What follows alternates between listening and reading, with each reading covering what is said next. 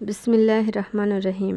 আসসালামু আলাইকুম everyone, welcome back to my channel. নতুন আরও একটি রেসিপি দেখার আমন্ত্রণ জানাচ্ছি আপনাদের সকলকে।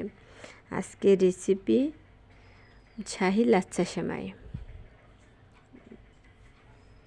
তার জন্য আমি প্রথমে কড়াইতে গরম করতে দেব। কড়াই ভালো মতো গরম হয়ে গেলে এর মধ্যে ঘি দিয়ে দিব। ঘি দিয়ে সুন্দর করে বাদাম কিশমিশ ভেজে নেব। ঘি দিয়ে দিলাম, ঘিটা গরম হয়ে গেছে। এর মধ্যে আমি এখন দিয়ে দেব কিছু বাদাম আর কিশমিশ। বাদামগুলো আমি কুচি কুচি করে কেটে নিয়েছি। এখন এগুলোকে আস্তে আস্তে ভেজে নেব। বেশি জাল বানানো যাবে না, অল্প জালে ভাজতে হবে। এর মধ্যে দিয়ে দিলাম লাচ্ছা সেমাই। লাচ্ছা সেমাইগুলো দিয়ে সুন্দর মতো সময় নিয়ে আস্তে আস্তে ভাজতে হবে। একবারে মুচমুচে করে ভেজে নেব।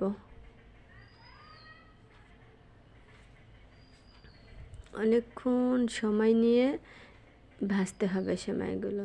এদিকে আমি সেমাইয়ের মধ্যে ক্রিম বানানোর জন্য দুধ জাল দিচ্ছি।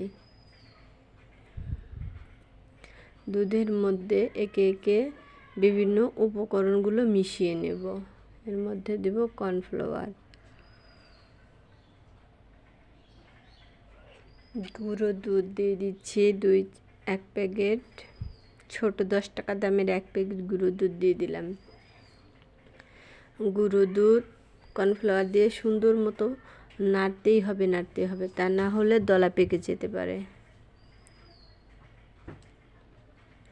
এর মধ্যে আমি সেমাইগুলো আর একবার নেড়ে চেড়ে নিলাম। সুন্দর মতো কর্নফ্লাওয়ার আরও 2 চামচ কর্নফ্লাওয়ার মিশিয়ে নেব। দুধের ঘনত্ব বুঝে কর্নফ্লাওয়ার মেশাতে হবে।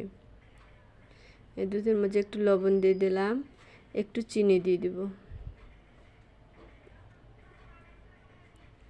চিনি দিয়ে সুন্দর করে আস্তে আস্তে জাল দেব, যাতে লেগে না যায়। জাল দিব, অনবরত নাড়তে থাকবো। জাল দেবো, নাড়তে থাকবো। চিনি দিয়ে দিলাম 2 চামচ, 3 চামচ চিনি দিয়ে দিলাম। যে যেরকম মিষ্টি খায় মিষ্টি বুঝে।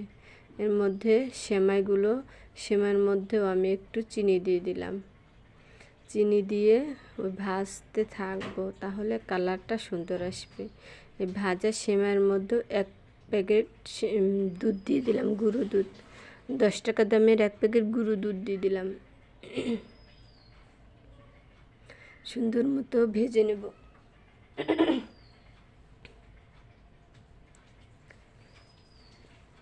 দুধ নাড়তে নাড়তে ঘন হয়ে এসেছে, প্রায় ক্রিম আমার প্রায় হয়ে এসেছে।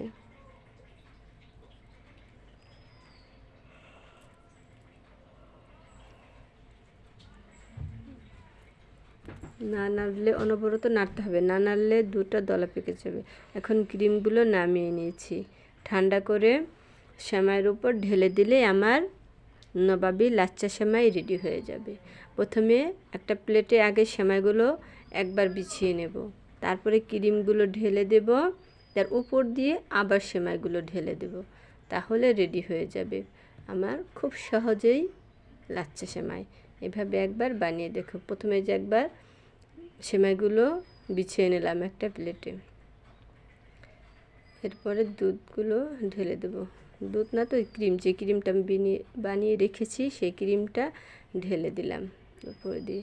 এর উপর দিয়ে আবার কিছু সেমাই রেখে দিয়েছি, সেগুলো ঢেলে দেব। কেমন লাগলো অল্প সময়ে আমার এই রেসিপি? বানিয়ে খেয়ে দেখো। তাহলে আজকের মতো বিদায়, আল্লাহ হাফেজ। দেখা হবে আর একবার অন্য কোনো রেসিপি নিয়ে। ততক্ষণ সবাই ভালো থেকো। আল্লাহ হাফেজ।